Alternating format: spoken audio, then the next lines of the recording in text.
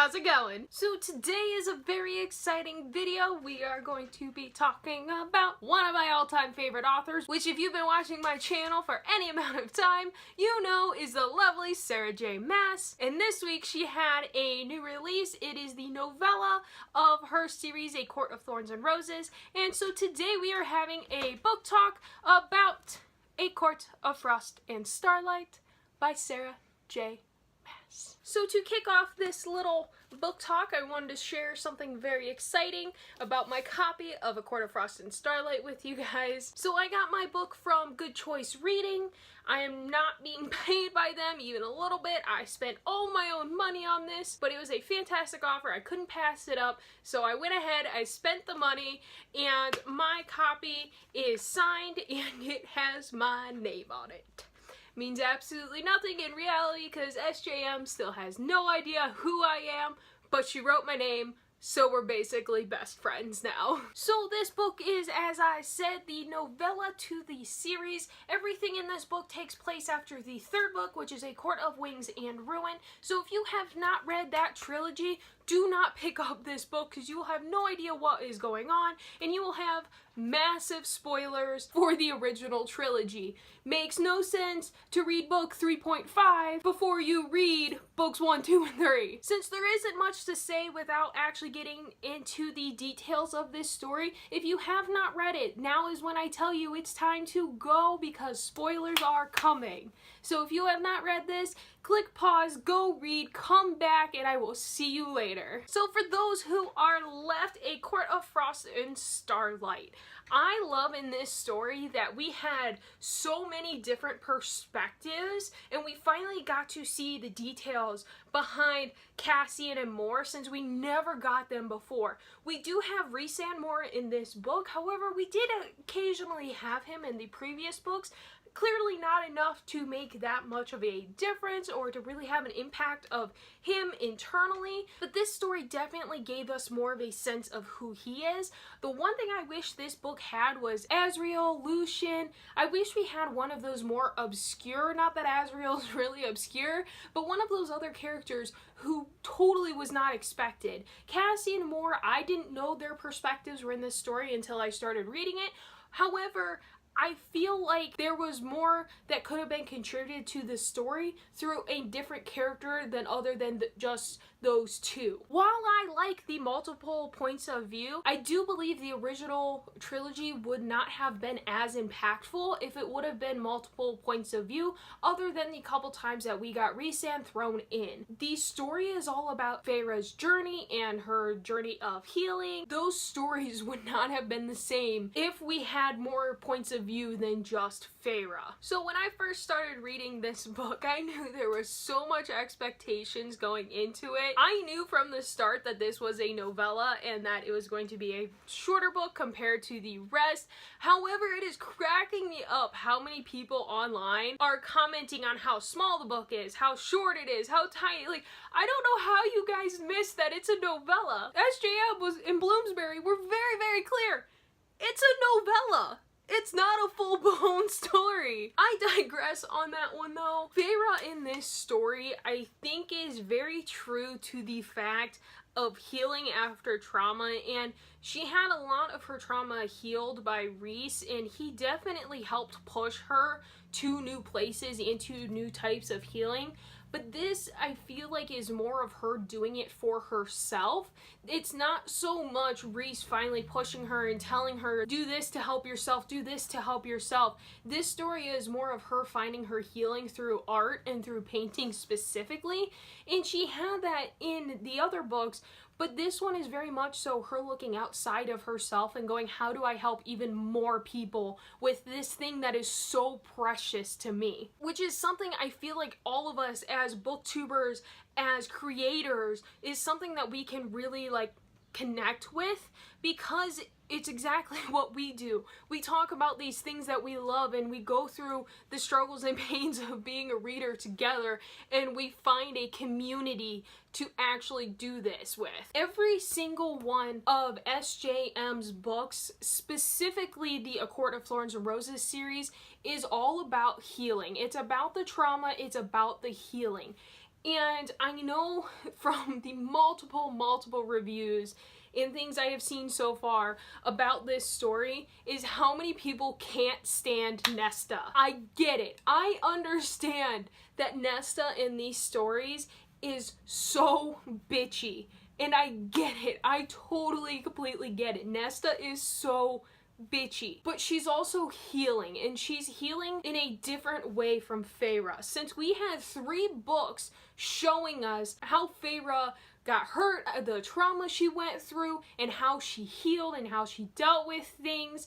Now we're looking at Nesta, who is several pages behind Feyre, and everybody's immediately jumping to the she's being bitchy, she's being distant, she's doing this for A, B, and C. I don't think that's fair to Nesta, because she has definitely been through some shit, and she's healing. She's in the process of healing. She's just going about it a different way than Feyre. It's the same thing as Tamlin in this story. Tamlin is suffering from PTSD in every respect, and you can see it in this book that he is also dealing with his trauma in a different way.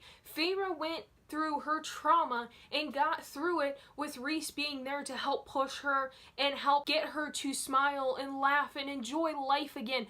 Tamlin has nobody, and that's because of Feyre, that's because of his life choices, that's because of everything he has done. His way of coping with it is sitting in the kitchen with a dead animal in front of him, not even responding to Rhys. That is his way of coping. Whether it's right or wrong is not something I'm gonna get into, but it shows there's Feyre's journey and how she healed. There's Nesta's journey and how she's dealing. I wouldn't say Nesta's healed, but or healing. She's just kind of dealing with whatever's going on. And then you have Tamlin, who you can see is also just dealing with it. Going to Nesta once again, it's very true to the fact of the family and the friends of people who have been through trauma is Cassian. He clearly cares. He clearly wants to help her, but she doesn't want the help. She wants him to leave her alone, and it's very obvious that he still cares and he still wants to try, but you have Azriel, Cassian, and Rhys all trying to go back to their normal lives, which leads me to one of my favorite scenes in this story, and that is the snowball scene where Rhys and Feyre are having breakfast and Cassian and Azriel show up, like the whole like Cheshire grin, and they come and grab him and tear him out the door, and Feyre's just sitting there, just has no idea what's going on until Moore shows up and is like, oh yeah, I'll show you what they're doing. Come on, let's go see. And there's Moore and Feyre are watching these 3 big hulking guys of the inner court having a snowball fight. And Feyre finds out that that's their tradition, is every solstice they have a snowball fight. That really does ground these characters and makes them more realistic than just being these big, strong warriors commanding an army, and they're goofy guys having a snowball fight. Which I would not want to be in front of one of those snowballs when they throw it, because I feel like that would hurt. I would get blasted, and I probably would, like, face would be rearranged. And also because we cannot talk about A Court of Thorns and Roses without talking about chapter 55 material. This book, I knew it was coming at some point. I did not expect 18 pages in. I did not expect 18 pages in. We were already having Rhys just full-blown going there, talking about their aerial situation that they had. So, yeah. 18 pages. It starts. Then we move into later in the story, and you have, after the snowball fight, Cassian, Azriel, and Rhys are all sitting in the sauna, relaxing, and Feyre is purposely sending messages to Rhys and gets him kicked out because his scent is too strong for Cassian and Azriel. I actually, like, physically laughed, like, it wasn't just like, oh, haha, I guess I read. I physically laughed, because it just, like, it was said that Moore did. Also, sticking with some chapter 55 material, is moving into almost towards the end of the book where it's solstice and they go up to the cabin and it's just the 2 of them and they're having alone time. I do believe that that scene was even better than chapter 55.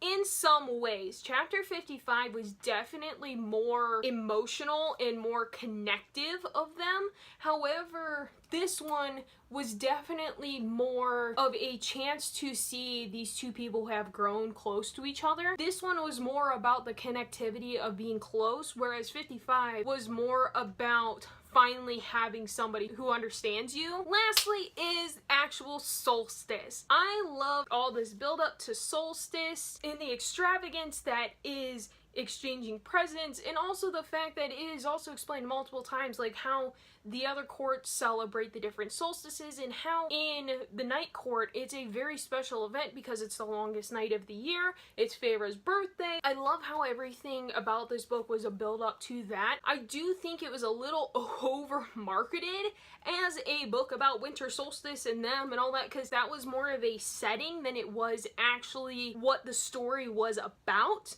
However, I did enjoy it because I liked seeing these characters who we just watched for 3 books go through some unbelievable struggles to finally have a time to sit down and enjoy each other and relax and just be in the company of each other. Except for when Nesta shows up, because once again it goes back to her trying to heal, which I don't know if it's a conscious decision, but she's definitely getting in her own way of healing. But once Nesta shows up to the solstice dinner, you can definitely see the dynamic change. You have this group go from being lively and fun and enjoying each other to just kind of backing it off and not being entirely sure what to say, which it definitely shows through in the sneak peek of this book at the end, where it's Nesta's point of view and she's talking about the manor that was built because Rhys bought Feyre a piece of property and told her to build a house, which we'll pause on that one and come back to that in a second. When they're taking the tour of the house, and Nesta remarks on multiple occasions how during that tour there's no paintings of her in the house, and how it's everybody else, and even their father and Elaine, like everybody else is represented inside the house except for Nesta. That is definitely a moment where I knew I couldn't hate Nesta. I knew that while I don't agree with her choices, I couldn't hate her because that you can tell she just wants to be wanted, and she wants to be wanted for who she is, not just because of who she's related to or that she was made or any of the other things that are defining her right now. She wants to be wanted for herself. She wants to be seen for the trauma that she went through, not all this other crap that's going on. But going back to the manor that Rhys bought, it was already like an emotional ride for me that Feyre finally opened up and was like, you know what, if you're going to be gone one day, I want to have a child that's ours, so I have at least something to remember you by. Like, I got emotional about that one. Thinking about the fact that for her solstice present, Rhys went and bought a piece of land because he wanted a bigger house that their family could share, I thought was a beautiful sentiment. The fact that he bought the land and then told Feyre, build it however you want. That was just beautiful to me, because it wasn't a, we have to have it this way, we have to do it that way. It was a, I trust you to do what I know is right. Just the trust that these two have for each other, and to constantly see it keep coming back, and constantly seeing Rhys's emotions very clearly on his face, and that he's not the typical male character that is strong, brooding, can't show his emotions, that he's very open and on multiple occasions is written to be crying. I think is very important for this type of a character in this type of a book, is it can't just be the female having emotions and showing what's going on the inside.